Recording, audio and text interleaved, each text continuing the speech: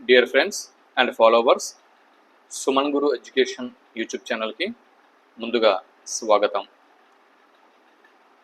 మనం UGC NTA net మరియు AP set, Telangana set వీటితో పాటు డిఎల్స్ అవ్వచ్చు, జేఎల్స్ అవ్వచ్చు, అసిస్టెంట్ ప్రొఫెసర్స్ అవ్వచ్చు, ఇలా తెలుగు సబ్జెక్టుతో పలు పోటీ పరీక్షలకి ప్రిపేర్ అవుతున్నటువంటి అభ్యర్థులకి ఉపయోగపడే విధంగా మనం తెలుగు కంటెంట్ని ఎప్పటికప్పుడు అప్లోడ్ చేస్తూ వస్తున్నాం. అయితే అందులో భాగంగా యూజీసీ ఎన్టీఏ నెట్ అనేది 2026 సంవత్సరానికి సంబంధించి జూన్ నోటిఫికేషన్ రావటం, ఎగ్జామ్ డేట్ కూడా రావడం మనకు అందరికి తెలిసిన విషయమే. జూన్ 23వ తేదీన నెట్ తెలుగు ఎగ్జామ్ అనేది ఉంది. కాబట్టి దీనికి ఉపయోగపడే విధంగా ఎవరైతే జూన్ 2026 నాటి యూజీసీ ఎన్టీఏ నెట్తో పాటు మరి అసిస్టెంట్ ప్రొఫెసర్స్ ఇటువంటి పోటీ పరీక్షలకి ప్రిపేర్ అవుతున్నారో వారికి ఉపయోగపడే విధంగా ఇక్కడ కొన్ని తెలుగు ప్రాక్టీస్ బిట్స్ని సాధన రూపంలో మీకు నేను అందిస్తున్నాను. అభ్యర్థులు ఈ అవకాశాన్ని వినియోగించుకుంటారు అని భావిస్తున్నాను. ఇంకా ఆలస్యం చేయకుండా ముందుకి వెళ్దాం. అయితే మనం ఇంతకు ముందు వీడియోలో 30 బిట్లను ప్రాక్టీస్ చేయడం జరిగింది. ఆ 30 బిట్లలో 20 బిట్లకి వాయిస్ అనేది వచ్చింది. చివరి 21వ బిట్ నుంచి 30వ బిట్ వరకు ఉన్నటువంటి 10 బిట్లకి వాయిస్ రాలేదు, సైలెంట్ మోడ్లో వీడియో ఉండిపోయింది. దాన్ని గమనించిన నేను ఈ వీడియోలో 21వ బిట్ నుంచి 50వ బిట్ వరకు 30 బిట్లను ఈ వీడియోలో కవర్ చేయబోతున్నాను. ముందుగా వీడియోని ఒక లైక్ చేసి, ఒక లైక్ ఇచ్చి చివరి వరకు చూడండి. ఇది మీకు ఎంతగానో ఈ వీడియో ఉపయోగకరంగా ఉంటుంది. ఇకపోతే ఇదంతా ఈ బిట్స్ అన్ని కూడా మనం ఇంతకు ముందు వీడియోలో ప్రాక్టీస్ చేయడం జరిగింది. ఈ బిట్లన్నీ కూడా మనం ఇంతకు ముందు వీడియోలోనే ప్రాక్టీస్ చేసాం. సో ఇప్పుడు మనం 21వ బిట్ నుంచి ఈ వీడియోలో మనం ప్రాక్టీస్ చేద్దాం. 21వ బిట్ నుంచి ఇప్పుడు మనం ప్రాక్టీస్ మొదలు పెడదాం. Bit number 21. ఇక్కడ మీరు చూడొచ్చు బిట్ నెంబర్ 21. మీమాంస సూత్రాలను రచించిన వారు ఎవరు? మీమాంస సూత్రాలను రచించిన వారు ఎవరు అన్నది బిట్టు. జవాబేంటి? వేదవ్యాసుడు, గౌతముడు, కపిలుడు, జైమిని. ఇదే బిట్టు ఎగ్జామ్లో వస్తే సరైన జవాబుగా మీరు దేని గుర్తిస్తారు? జవాబు ఆప్షన్ 4 జైమిని సరైనటువంటి జవాబు. 22వ బిట్టు వినాయక చవితి. వినాయక చవితిని ఏ తెలుగు నెలలో జరుపుకుంటారు? వినాయక చవితిని ఏ తెలుగు నెలలో జరుపుకుంటున్నాం లేదా జరపబడుతున్నది? వినాయక చవితి ఏ తెలుగు నెలలో జరపబడుతున్నది? చైత్రం, ఆశ్వీయుజం, భాద్రపదం, మాఘం. వీటిలో సరైనటువంటి జవాబు ఏది? జవాబు ఆప్షన్ 3 భాద్రపద మాసంలో శుద్ధ చతుర్థి నాడు వినాయక చవితిని ప్రతి ఏటా జరుపుకుంటాం. అక్కడి నుంచి వినాయక లేదా గణేష్ నవరాత్రుల్ని 9 రోజుల పాటు జరుపుకోవడం జరుగుతుంది. ఇకపోతే 23వ బిట్ని ఇప్పుడు మనం చూస్తున్నాం. దశరథ మహారాజు గారి తండ్రి పేరు ఏమిటి? దశరథ మహారాజు గారి తండ్రి పేరు ఏమిటి? రఘు, దిలీపుడు, అజాతుడు, నభాగ. వీటిలో సరైన జవాబుని గుర్తించండి. జవాబు ఆప్షన్ 3 అజాతుడు సరైనటువంటి జవాబు. దశరథ మహారాజు గారి తండ్రి పేరు అజాతుడు. 24వ బిట్టు గోదాదేవి అని ఏ ఆల్వార్ను పిలుస్తారు? గోదాదేవి అని ఏ ఆల్వార్ని పిలుస్తారు? నమ్మాల్వార్, ఆండాల్, పెరియాల్వార్, పోయిగై ఆల్వార్. వీటిలో సరైన జవాబుని గుర్తించండి. జవాబు ఆప్షన్ 2 ఆండాల్ ఆల్వార్ని ఇక్కడ గోదాదేవి అని పిలవడం జరుగుతుంది. 25వ బిట్ని ఇప్పుడు మనం చూస్తున్నాం. ఏ రోజును అక్షయ తృతీయగా జరుపుకుంటారు? ఏ రోజుని అక్షయ తృతీయగా జరుపుకుంటారు? ఆప్షన్ 1 ఫాల్గుణ తృతీయ, ఆప్షన్ 2 జ్యేష్ఠ తృతీయ, ఆప్షన్ 3 చైత్ర మాసపు తృతీయ, ఆప్షన్ 4 వైశాఖ తృతీయ. వీటిలో సరైన జవాబుని గుర్తించండి. జవాబు ఆప్షన్ 4 వైశాఖ మాసంలో శుద్ధ తృతీయని అక్షయ తృతీయగా జరుపుకోవడం జరుగుతుంది. 26వ బిట్ని ఇప్పుడు మనం చూస్తున్నాం. శ్రీ మహావిష్ణువు యొక్క దశావతారాలలో ఎన్ని అవతారాలు సత్యయుగంలో కనిపించాయి? 4 అవతారాల, 8 అవతారాల, 10 అవతారాల, 12 అవతారాల? 12 అనేది కాదు, ఎందుకంటే శ్రీ మహావిష్ణువు అవతారాలే 10. కాబట్టి ఈ మూడిట్లో సరైనటువంటి జవాబు ఒకటి ఉంటుంది. 10 అవతారాలు 10 అవతారాలు ఒకే యుగంలో జరగవు. ఎందు గురించి అంటే ద్వాపర యుగంలో శ్రీకృష్ణ అవతారము, అలా అంతకుముందు త్రేతాయుగంలో రామ అవతారము ఉన్నాయి కదా. 8 కానీ 4 కానీ అవ్వాల. కాబట్టి ఇక్కడ ఆప్షన్ 1 సరైనటువంటి జవాబు. 4 అవతారాలు, శ్రీ మహావిష్ణువు యొక్క 4 అవతారాలు సత్యయుగంలో కనిపించాయి. మొదటి 4 అవతారాలు. ఇకపోతే 27వ బిట్ని ఇప్పుడు మనం చూద్దాం. Bit number 27. 27వ బిట్ని గమనించినట్లయితే చాందోగ్యోపనిషత్తు ఏ వేదంలో భాగం? చాందోగ్యోపనిషత్తు ఏ వేదంలోని భాగం? ఋగ్వేదము, సామవేదము, యజుర్వేదము, అథర్వణ వేదం? వీటిలో సరైన జవాబుని గుర్తించండి. జవాబు ఆప్షన్ 2 సామవేదం సరైనటువంటి జవాబు. సామవేదంలోని భాగమే చాందోగ్యోపనిషత్తు. 28వ బిట్ని ఇప్పుడు మనం చూస్తున్నాం. Bit number 28. శ్రీరామచంద్రమూర్తికి ఆదిత్య హృదయాన్ని ఉపదేశించిన మహర్షి ఎవరు? ఈ బిట్టు ఎగ్జామ్లో వచ్చింది అనుకుందాం. సరైన జవాబుగా మనం దేని గుర్తిస్తాం? శ్రీరామచంద్రమూర్తికి ఆదిత్య హృదయాన్ని ఉపదేశించిన మహర్షి క్రింది వారిలో ఎవరు? అగస్త్యుడా, విశ్వామిత్రుడా, మాతంగ ఋషి లేదా వశిష్ఠుడు? సరైనటువంటి జవాబును గుర్తించండి. జవాబు ఆప్షన్ 1 అగస్త్యుడు. శ్రీరామచంద్రమూర్తికి అగస్త్యుడు ఆదిత్య హృదయాన్ని ఉపదేశించాడు. 29వ బిట్ని ఇప్పుడు మనం చూద్దాం. Bit number 29. దుర్యోధనుడు కర్ణుడిని ఏ రాజ్యానికి రాజుగా నియమించాడు? దుర్యోధనుడు కర్ణుడిని ఏ రాజ్యానికి రాజుగా నియమించాడు? కురుక్షేత్రమా, అంగ, విదర్భ, ఇంద్రప్రస్థమా? వీటిలో సరైన జవాబుని గుర్తించండి. జవాబు ఆప్షన్ 2 అంగరాజ్యం. దుర్యోధనుడు కర్ణుడిని అంగరాజ్యానికి రాజుగా నియమించాడు.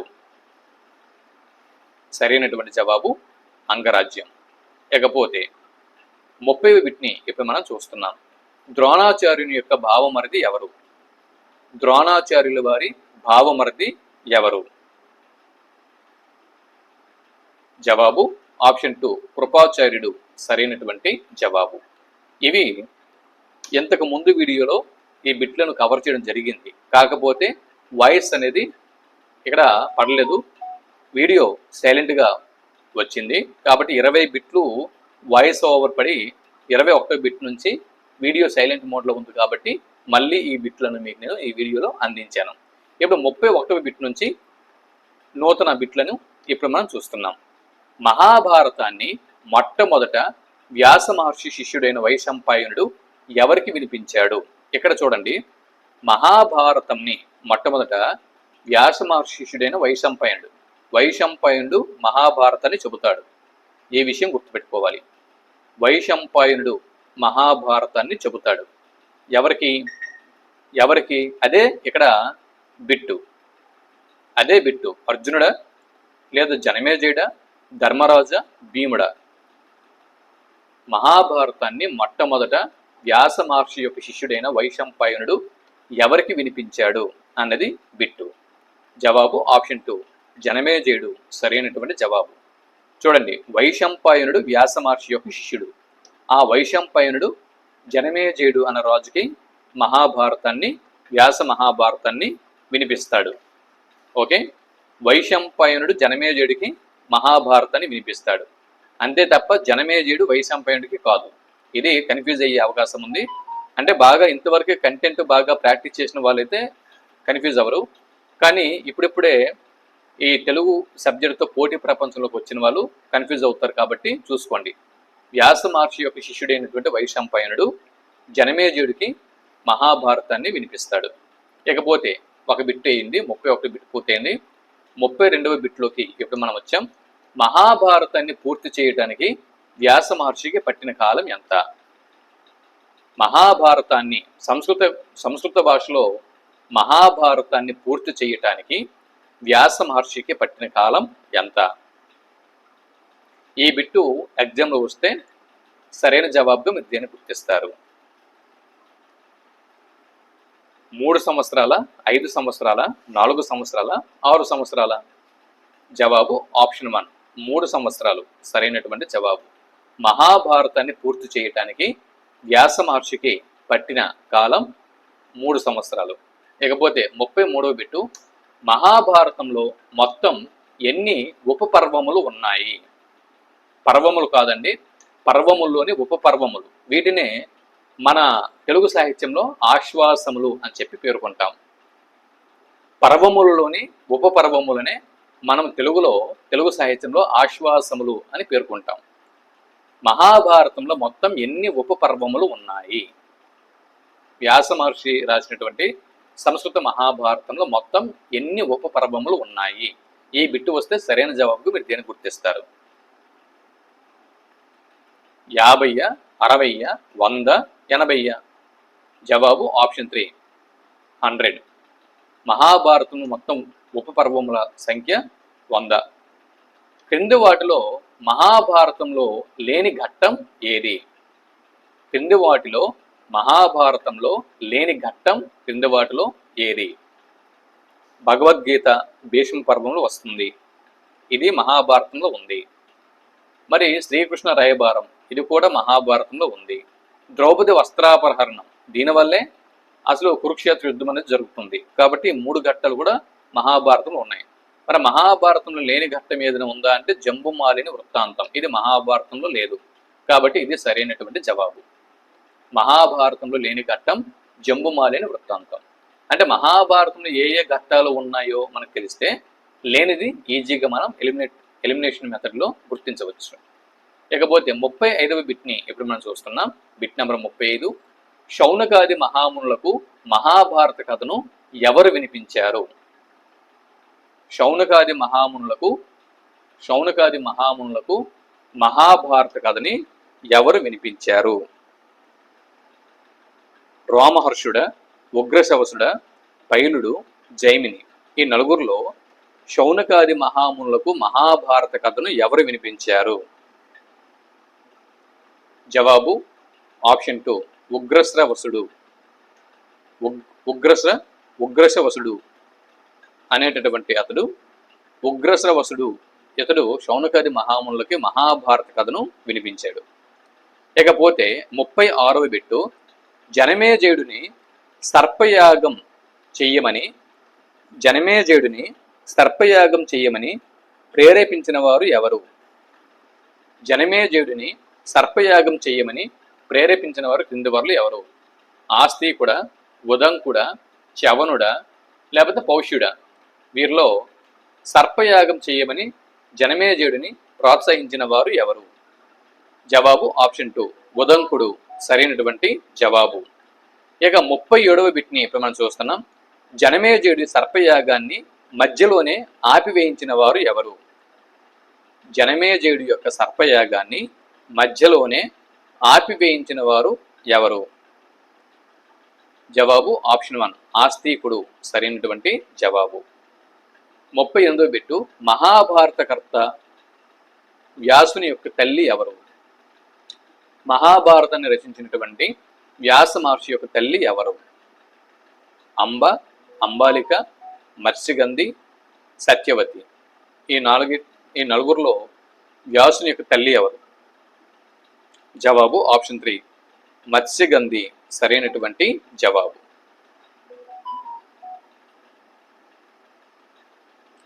ఇకపోతే భృగు మహర్షి కుమారుడు ఎవరు? భృగు మహర్షి కుమారుడు ఎవరు? ప్రమతి, చ్యవనుడు, విశ్వావసు, పౌష్యుడు. జవాబు ఆప్షన్ 2 చ్యవనుడు సరైనటువంటి జవాబు. 40వ బిట్టు పరీక్షిత్తుని తండ్రి ఎవరు? పరీక్షిత్తుని తండ్రి ఎవరు? శృంగి, అభిమన్యుడు, అర్జునుడు, ధర్మరాజు. సరైన జవాబును గుర్తించండి. ఆప్షన్ 2 అభిమన్యుడు సరైనటువంటి జవాబు. పరీక్షిత్తుని యొక్క తండ్రి అభిమన్యుడు. జనమేజయుడు ఎవరి కుమారుడు? జనమేజయుడు ఎవరి కుమారుడు? జనమేజయుడు ఎవరి కుమారుడు? భీముడు, అర్జునుడు, పరీక్షిత్తుడు, మేఘనాథుడు. సరైన జవాబును గుర్తించండి. జవాబు ఆప్షన్ 3 పరీక్షితుడు సరైనటువంటి జవాబు. ఇక్కడ చూడండి, అభిమన్యుని యొక్క కుమారుడు పరీక్షితుడు, పరీక్షితుని యొక్క కుమారుడు జనమేజయుడు. అంటే జనమేజయుడికి అభిమన్యుడు తాత అవుతాడు. అభిమన్యుడి యొక్క మనవడు జనమేజయుడు, అభిమన్యుని యొక్క కుమారుడు పరీక్షితుడు. అభిమన్యుడి యొక్క కుమారుడు పరీక్షితుడు, పరీక్షితుని యొక్క కుమారుడు జనమేజయుడు. కాబట్టి అభిమన్యుడికి జనమేజయుడు తాతయ్య అవుతాడు. 42వ బిట్టు మయుడు ధర్మరాజులకి మయసభని నిర్మించి ఇస్తాడు. మరి అలాంటి మయుడు భీముడికి బహుకరించిన గద పేరు ఏమిటి? మయుడు భీముడికి బహుకరించిన గద పేరు ఏమిటి? దేవదత్తం, మయూకం, ప్రళయాంతం, వజ్రభేది. వీటిలో సరైన జవాబుని గుర్తించండి. జవాబు ఆప్షన్ 3 ప్రళయాంతం సరైనటువంటి జవాబు. 43వ బిట్ని ఇప్పుడు మనం చూస్తున్నాం. ద్రౌపది దేవి యొక్క తల్లిదండ్రులు ఎవరు? ద్రౌపది దేవి యొక్క తల్లిదండ్రులు ఎవరు? ద్రుపదుడు, పృషతి, ప్రతీపుడు, సునంద, చూడండి, ద్రుపదుడు పృషతి, ప్రతీపుడు సునంద, భూపతి తపతీదేవి, పరీక్షితుడు సుయస. మరి వీరిలో ఎవరు ద్రౌపది దేవి యొక్క తల్లిదండ్రులు? జవాబు ఆప్షన్ 1 ద్రుపదుడు తండ్రి, పృషతి తల్లి. ద్రుపదుడు, పృషతి వీరి యొక్క ఈ దంపతుల యొక్క కుమార్తె ద్రౌపది. ద్రౌపది యొక్క తల్లి పృషతి, తండ్రి ద్రుపదుడు. 44వ బిట్ని ఇప్పుడు మనం చూస్తున్నాం. బిట్ నంబర్ 44 గాంధారి తండ్రి మరియు సోదరులు వరుసగా. గాంధారి యొక్క తండ్రి ఎవరు, సోదరుడు ఎవరు? వరుసగా గుర్తించండి.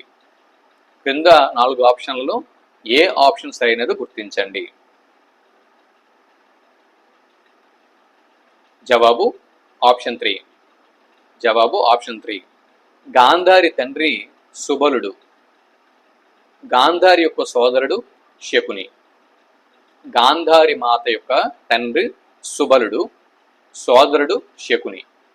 45వ బిట్ని ఇప్పుడు మనం చూస్తున్నాం. బిట్ నెంబర్ 45 జాలారి కన్య సత్యవతికి ఏ మహర్షి వరం వల్ల కన్యత్వం చెడకుండా వ్యాసుడు జన్మించాడు? జాలారి కన్య సత్యవతికి, జాలారి కన్య అయినటువంటి సత్యవతికి ఏ మహర్షి వరం వల్ల కన్యత్వం చెడకుండా వ్యాసుడు జన్మించాడు? ఇక్కడ చూడండి, వ్యాసుని తల్లి మత్స్యగంధి.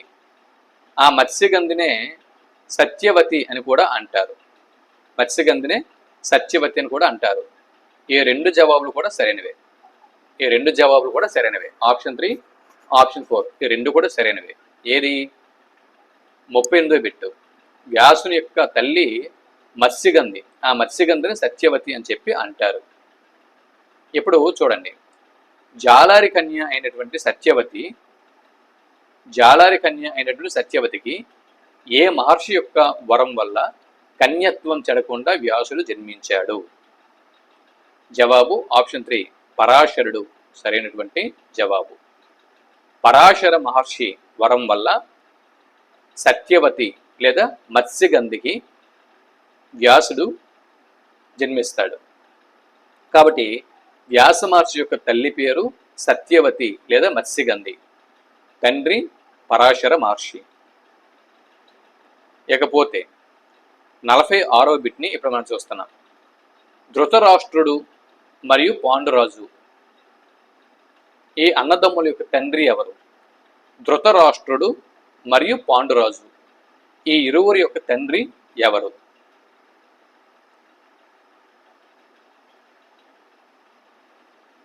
జవాబు ఆప్షన్ 1 విచిత్ర వీరుడు సరైనటువంటి జవాబు. విచిత్ర వీరుని యొక్క పిల్లలు ధృతరాష్ట్రుడు మరియు పాండురాజు. క్రింది వాటిలో తండ్రి కుమారుల జతల్లో సరైన జతను గుర్తించండి. తండ్రి కుమారులు మరియు మామూలుగా ఈ క్రింది జతలు తండ్రి కుమారులు కాకుండా ఈ క్రింది జతల్లో సరైన జతని గుర్తించండి. ఆప్షన్ 4 పైవన్నీ సరైనవే. అంటే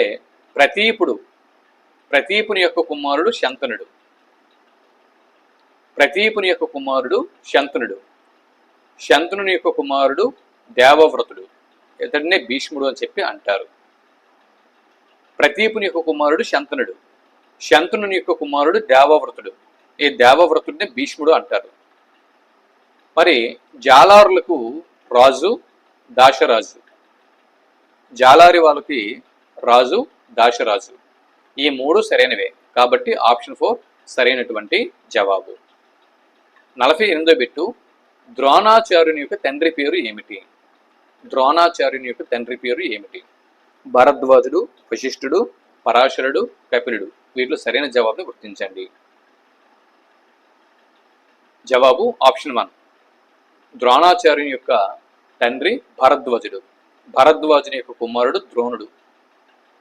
49వ బిట్టు కురుక్షేత్ర యుద్ధంలో భీష్ముడిని చంపిన వారు ఎవరు? కురుక్షేత్ర యుద్ధంలో భీష్మ పితామహుల వారిని లేదా భీష్ముడిని లేదా దేవవ్రతుడిని చంపిన వారు క్రింది వారిలో ఎవరు? జవాబు ఆప్షన్ 4 శిఖండి సహాయంతో అర్జునుడు. శిఖండి సహాయంతో అర్జునుడు భీష్ముడిని కురుక్షేత్ర యుద్ధంలో చంపుతాడు. బిట్ నంబర్ 50 కౌరవ సైన్యానికి చివరి సైన్యాధిపతి ఎవరు? కౌరవ సైన్యానికి చివరి సైన్యాధిపతి ఎవరు అని బిట్ అడిగితే అశ్వత్థామ అని జవాబు గుర్తించాల్సి ఉంటుంది. కౌరవ సైన్యానికి చిట్ట చివరి సైన్యాధిపతి అశ్వత్థామ. ఇక్కడ చూడండి, ఇక్కడ మీకు ఈ బిట్ల యొక్క జవాబులు కూడా ఉన్నాయి. ఈ 50 బిట్లు, ఈ 50 బిట్లకు సంబంధించినటువంటి జవాబులు ఇక్కడ మీకు నేను ఇవ్వడం జరిగింది. సో ఇక్కడతో 50 బిట్లను మనం పూర్తి చేసుకోవడం జరిగింది. ఓకే, టోటల్ 100 బిట్స్కి 50 బిట్లు పూర్తయి మరొక 50 బిట్లు తర్వాత వీడియోలో మనం కవర్ చేద్దాం. అంటే ఓవరాల్గా యూజీసీ నెట్ 2026 జూన్ 23వ తేదీ నాటికి ఎగ్జామ్కి అటెండ్ అయ్యే నాటికి 500 బిట్లని ప్రొవైడ్ చేస్తాను. ఈ 500 బిట్లలో మొదటి 100 బిట్లు ఇది ఒక భాగం. ఈ మొదటి 100 బిట్లలో 50 బిట్లు పూర్తి చేసుకున్నాం. మరో 50 బిట్లు వీడియో మీకు తర్వాత వస్తుంది. అంతవరకు సెలవు. నమస్తే.